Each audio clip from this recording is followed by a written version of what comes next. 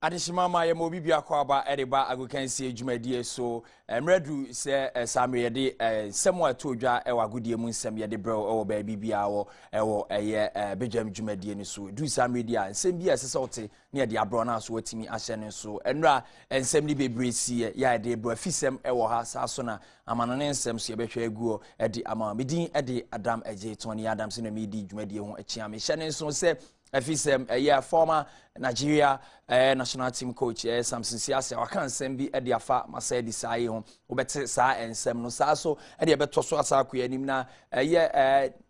adwumakuo foforo Samri wo so ayi wo adwen so mpese di sika ebe hye Blasters dwumadie nim na bibia betimi akoyanim so ye de so ebetu dwamo hu se de wo hu se dis ko heart for so edi nkunim be na wo mu adi afi obi foforo so se wo twikumase asante kotokote ante wo mo de ne ka ensem ye bebre wo ha ye besa akopie mu wo amanone ne ahwe Champions Tuesday eno ye UEFA Champions League enra etimi to jonya bi hwe wo ye multi TV so abra wo hwe Barcelona any AC Milan ye ho ensem wo ho ensem so wo ena eneso match se to Chelsea ni Benfica or Stamford Bridge na fi Real Madrid so ne Apo so wo ye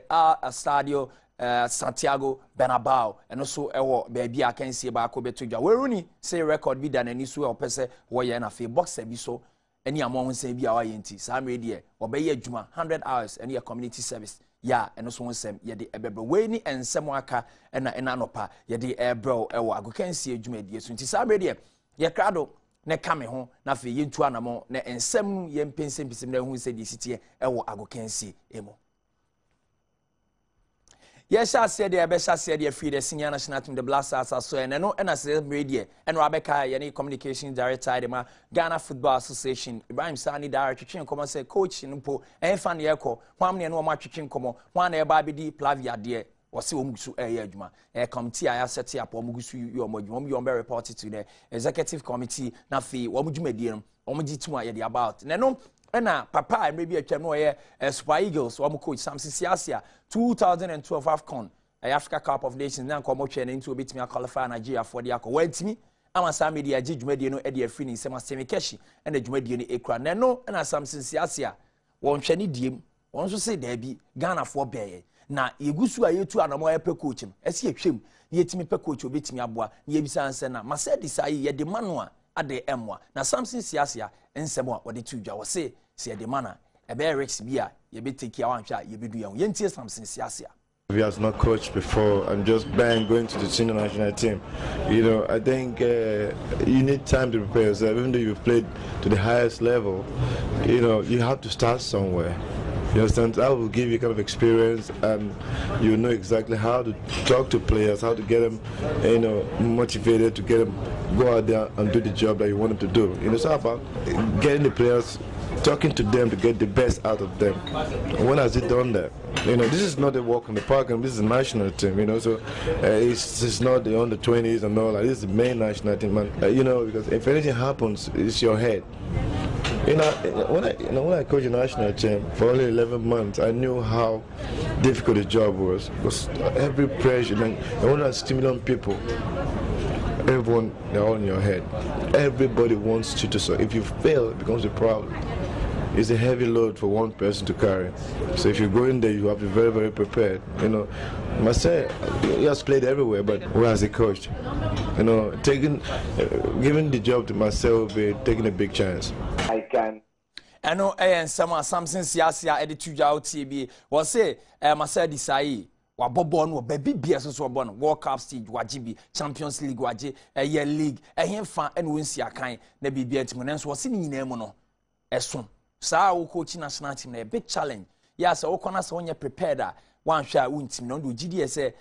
Marcel wan hwa wontimi endi se adwumadi ni ti Ghana for ebe hwa o monhwa baby for ne ensema Samson Siasia e di aba betuja e na agokansie so usun watimi atie e wo so amahu se de esi eko eho. Ye to aso ku anim dia na ensem foforo mu no ye kwa akopie mu e wo Blasters ensem na dia na ye Ghana National Petroleum Company so de ensem aba betuja se de o mo hwa anim se o mo sunya o mo de o mo sika be hye the senior national team the Blasters mu na no e na wo mo epani ya ono ye acting head of corporate affairs a friend Edward Podora oni ye twetwe nkomo na ensem no so e de tuja anie. I can tell you that as it is right now, it is a proposal. We have not put pen to paper. And as and when we are in the position to tell everybody that, yes, GNPC wants to sponsor the Black Stars, we will do that. But for now, it is a proposal we are all looking at. We have not made any commitments. So the story that I read on Ghana Web, I just don't want to give it a lot of oxygen, but it's neither here nor there. If somebody wants you to sponsor the person, the fellow writes a proposal to you, and you look at the proposal based on its merits. As an institution, you also want to see what kind of mileage you will get as a result of your association with, for example, that entity. And these are things that as GNPC we have not crossed yet. It is part of our corporate social responsibility. But of course, we also have areas to deal with in education, in health, and in alternative livelihood. So, yes, it is a proposal that has come to us. It is something that we are looking at, but we haven't put pen to paper yet. That's the most important thing.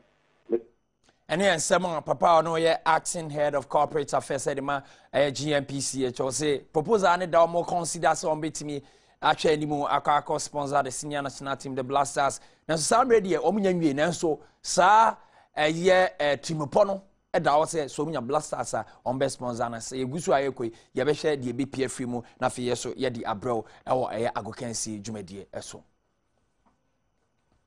Yet to us who can be an black maidens, one more etimi akọ piemu ewo Azerbaijan eho ya mo betimi abo modena war women under 17 championship betimi ato dwa ma bibia etimi akọ eni mono na no na nsem asambe wo de aba betu edwa empenifo de aba betu edwa ne se wo qualify enti wo mo reward no ebeba minister ogina edema sports no de abetu jora homado o se ekwa fa so ede ye bonuses ne ade ya na emu ode panel so ombetwe so na kwa bia so abran mmaba wa omutimi qualify Ghana for kopie mu Azerbaijan 2012 no omonsa aka omo bibia ne yensema samre de etimi aba betudwa afa black maidens womo kan kwa womo guso eko eno yeto aso kran me kopie mu akras fofo aso ene no ne nsema aba betudwa ene sesa medium ti ayeye na protest da ho womo ne Sharp Arrows nesen comedy FA Cup match so around 64 na so Sharp Arrows for no anko eno amasese the FA for no omo status ni omo rules and regulations omo agina so odi declare class for winner yet to say the omo ko round 32 ni ensema atimi aba betudwa atimi abonti heart for eko omanim without kicking the ball say Sharp Arrows for abra na eso omkusi aka no omo antimi anko piemu ewo Yegusu ha sensem na de ne yemfa nsem we nsan to aso wo mo assistant coach obeka mre bia de betudwa se wo se yeso a resign wo se da bi wo te wo bo na dwuma ene de ono ato nanum to so a resign yentie ne ensem. Let's say officially, I'm no more the assistant coach. And now my coach here, CEO, no na ya kabibia. I mean, the man is my guy, Meko, and I make a bonko. Ibia wanimre, my explaining Ibia manase, my bread, anti financial on my company. I've been working for the club ever since I went there. Me shut down. Ibia, me were training grounds. Me only say me to Winnibanso. So Ibia, I travel up and down with my car. So traveling was stress, and training Ankasa was stress. Was me assistant coach be the uncle Dina Hall head coach no Yejuma. So like Juma no so Juma for 2 hours, boy Juma and then only leave also. So I feel it is time for me to. My fee me or university no. I'm head coach as far as sports is concerned in the university. Let me see me very moment. So you maybe very sure be there. Say nyanku ponse means anko yejuma mo bi am. Team and that's one. So they keep supporting me. More baba football there anything can happen. They are obedient sleeping now be a take advantage. So they should keep supporting the team as they have been doing. Who knows if one day I'll come back. If he has not coached. eno ye nsema sa media Tanko Ayuba ne nsema atimi aba to Tanko Shaibu Ibrahim rather wono nene oye has assistant coach ne so sa media woti wode ato se ontimi ndi se adwumadi no enfama eye across for BMT sa media sika akono obetwa anim so obi fro betimi abo na bibia atimi ayi de ama no has for aso eye yanto aso enko anim na fe enko piemu ewo eye ika afane aso ye onso de nsema foforo ba betua se kotokofo de ne ka enye detachment ene eye Adamu Muhammad ne eye Shilali aso hun sensem kwa ne kawo no no so ebra no kotokofo promising so do mo kopiemu o Champions League money zone wa on be man $10,000 ne nsankan ye $5,000 so ye be winning bonus hun sensem na ensamanti kotokofo de ne ka wonso sami wonso etwemu na kwa be fa so a nsa betimi aka yaguso totoa mo se nsa beka ika afrane no wonso achim se wono so de kotokofo okọ FIFA na so de wo ekọ hia na so de Germany nka nyaminti obija amanaka ne ehun se de ensem ne esi etie Samre de enko piemu ewo eye Adubiasi United for us new Adubiasi United na ensem ne namframom se Samre de one person mo kopiemu ewo Kumase ekusi wo mo akan ni ehwe se de ebesi atimi akọ na eno na yensa eka ye president ya ogina edema ni Adubiasi United Abdul Salam Yakubu na wotwi de wakasa pa but esi ebisem se Adubiasi ko mu obekwai ene yema ekoye mu omo sika enti na Samre one person kopie mu ewo Kumase anase de yensa ka Ora Abdul Salam ye ne ntwetwe nkomo ne yenhwe se de ensem ni sitie Ora Abdul Salam ya makwa ba de baago kan se adwuma de so mejemuso na sika na mo kopo Kumase anase die benti no obi am obekwai bibia ekoye mu am yesi Samre de mpesem kopie mu Kumase Adam ze menende bia mekansa asefo me kanso nya sa na mekan nya no kra but na kan say bia o tie motive ya no pa bia ha ogana nyina me manka sa because be kwa ye ba ye the first season no boase ye no me to ye ba be kwa no ye nya relegation threat bia da so ye feel comfortable last season ye leke no ye park no bia na me kan say me nkwala no so munya good parker and munya good stadium at say baba ya rane o yin je no munya ya o mo feel more comfortable we good football anana ebusa say na be kwa park no nam so be kwa ne park no standard ne nti say your friend Kumase so but me nka say your friend say but park no last season ye ya kura no ya de ma buan and in the company ya de ma you're spending a lot of ska at the year park. The meaning baby as a story in the free. Not to say, I just say you feel quite. You will feel quite here. Maybe you're quite to be as a Dubiasi parking, you know, say about Kumase there, no Caribbean. All right. Na ene ye bedo asese ensem watimi achibe sanse na echi bebre adwen bekwafo so na echo adwen se wono o ma betena bibia kwa animu ye ba na obeja wo mo akwati Ora Abdul Salam ye bedo ase se wa ba bekan na wa cheche ensem wadi amaye eno president of Adubiasi Football Club Abdul Salam Yakubu na edi enchenche mu aba wo se wo mo free bekwai de ana Adubiasi na wo mo kone no ho so wo mo nyanwi ti Samre de bekwai a na wo mo guso ewo Shannon so say yeguso e de ago kan si adwumade na ebro ewo Adom TV so bedwam dwumade ne so na obetimi so ahwe www.multitvworld.com/streams na fe www.myjohnonline.com na also wenya videos nyina timi ahwe yenkopie mu wo akutukuo na no Bukom Banku aso ne yakọ akopi na Samre de na nka obi ahwe anim se nka Bukom Banku etimi ekọ nanim etwa Hamza Wandara na nka kwambia so ne Nathan Cleverly ya okuta light heavyweight title WBO na ka bibia etimi akọ anim ede ama na so Samre de nsema ba beto dwan se Golden Boy promotion so mo hwe anim se Chad Dawson and Bernard Hopkins winner no be share Nathan Cleverly ti ebema Bukom Banku die so na kwachi na no mu na Bukom Banku si won oguso twen rade o twen Nyankopon anim se de kwan bia so obenya akonya no nso ne mreso a watimi akọ akonya sa world title no no de abre Ghana for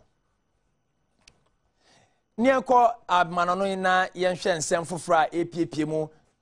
abrantie friend Samuel Tofis obekaya wono eye na dwe senko de basafo wo twe wo aso wo de wo kopie mo courtesan se wo de ne ka ya wo twe ni senko obenya 3.99 million euros abra wo free akopie mo Inter Milan no na nke sika o gidi ese eto sina na senka ne nsa etim ka ne so ni nyinam no eye abrant ye frɛ ne Samuel to o se enye hwe one day wajai e di amanaka eno eye nsema Samuel to fix e free ne camp etimi aba abeto edwa o se wajai mu ama no aka.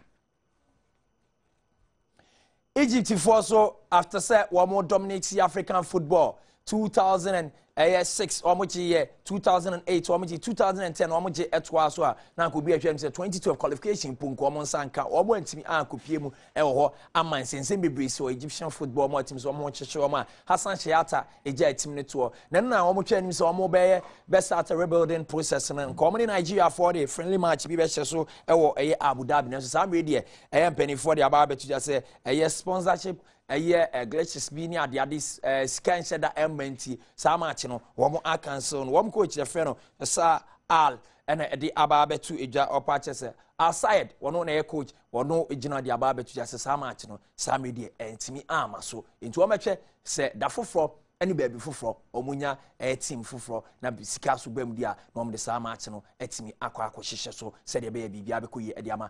Egypt for. Yakwe nimna ye kwa akotwe UEFA Champions League and matches ni etoja abranti FN Lionel Messi record nan go 15 goals or Champions League you know e bin see that abra since Champions League inception obi anya bi that no 12 na otimi ebo no mode se bibia betimi akọ animo woni womo aka Ruud van Nistelrooy and somebody we page the akọ 14 goals I beg your pardon 14 goals yeah somebody ono pe na wanimo abranti ni sha record nana ogusu awe yenhwe UEFA Champions League no match setoja Barcelona ni AC Milan Sasna Bayern Munich and Olympic Marseille na fe eneso match se betoja Apo Nicosia kwa kopiemo Santiago Bernabeu wo mene Real Madrid na fe Benfica su kopiemo Stamford Bridge woni Chelsea yenhwe wonsem. After their hard-fought goalless fixture in Milan, Barcelona and AC Milan renewed hostilities at the Nou Camp for their UEFA Champions League quarter-final second leg game. Barca were expected to come out attacking, and they did just that, and it was all Lionel Messi. First, his shot after a trademark mazy run and dribble was straight at Abiati. And then Fabregas's pass over the top was brilliantly brought down by Messi, but his shot flew past the far post. Milan were finding it hard to deal with the brilliant Argentine, and in the 10th minute, they failed to clear their lines, and Antonini's rash tackle gave away a penalty, which Messi dusted himself off for to take. Messi scores! Another Messi milestone. A half-century of goals in the Champions League, and he's the youngest player to reach that figure. Alves had the next chance to fall Barca's way, but couldn't finish after a fine run. He withdrew that missed chance when AC Milan hit back on the counter-attack. The first serious attempt that Milan have manufactured, and they strike gold! Minutes before half-time, Barcelona were handed another spot kick after the referee saw shirt pulling in the box. Messi sent Abiati the wrong way to score his second of the night. Barca were out to put Milan to the sword, and in the 53rd minute, they put in the killer blow, with Iniesta finishing well after the ball broke kindly to him. Milan should have pulled a goal back shortly after that, but Robinho was adjudged to have handled the ball when he controlled it.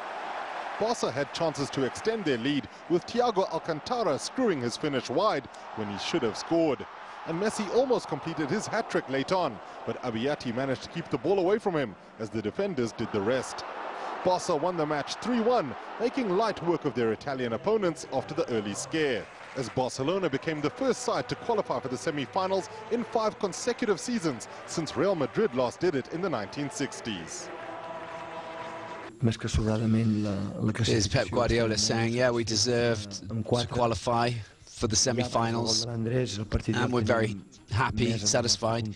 Even before Andres Iniesta found the back of the net, I think we controlled the game. It got easier after the third goal, of course. We're really happy to be in the Final Four for the 5th time in a row. Javier Mascherano was saying, yeah, the game didn't alter because of the penalty. The game went in the same way. Before and after the penalty, we kept attacking. We tried to find the goal, and Milan tried to defend and go on the counter-attack. Bayern Munich were confident of progression to the Champions League semi-finals when they hosted Marseille, following their 2-0 first leg victory in France. The French outfit started the stronger and could have taken the lead in the 12th minute, but for a reaction save with his legs from Manuel Neuer. Bayern, however, took the chance as a warning sign and effectively put the tie to bed less than 1 minute later through Ivica Olic. That could well be the goal that sends Bayern Munich into the semi-finals.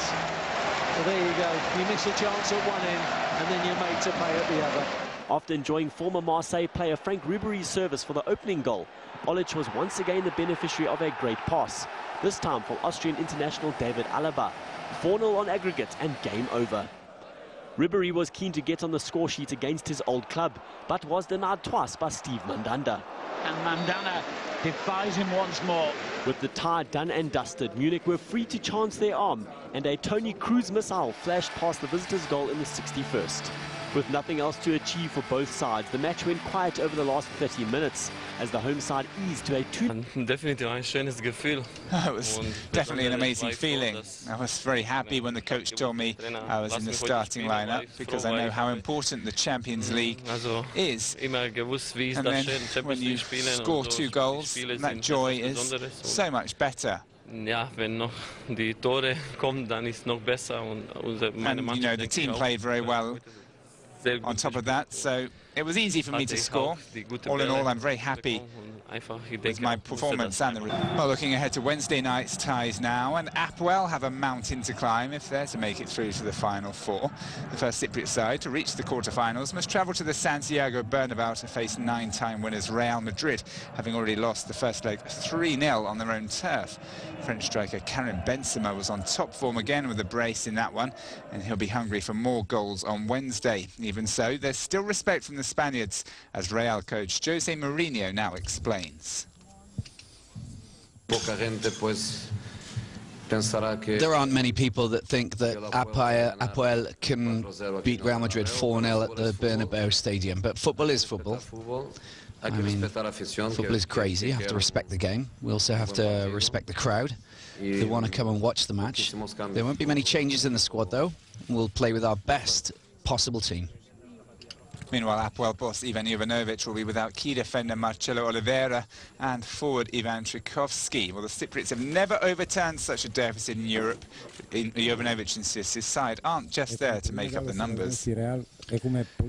We respect Real Madrid and the Santiago Bernabeu Stadium, what it means to football in the world, but there's no reasons for us to fear them, because anything is possible in football, especially when you play a team like Real Madrid. Nonetheless, progression to the semis will be a big ask for Apoel. Real have won 26 out of the 27 ties in which they led from the away leg.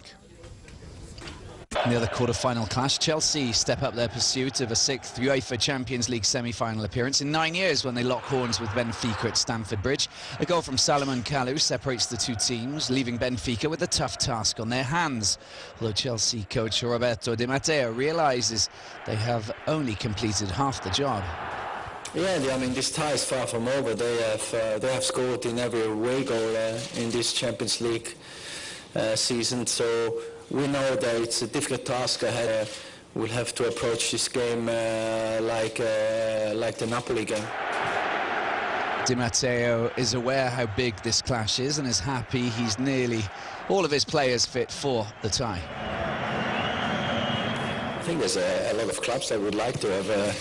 so many games to be involved in all these competitions, and we have to just keep going and try to stay in all these competitions and try to win something. I mean, it's very demanding for the players, but as I said, fortunately at the moment we're in a good place because all the players seem to be available, so that will help us. The London club's 100% winning record at home in this season's competition will give them reason to believe, though Jorge Jesus' Benfica should not be short on confidence either, as they chase their first European Cup semi-final for more than 20 years.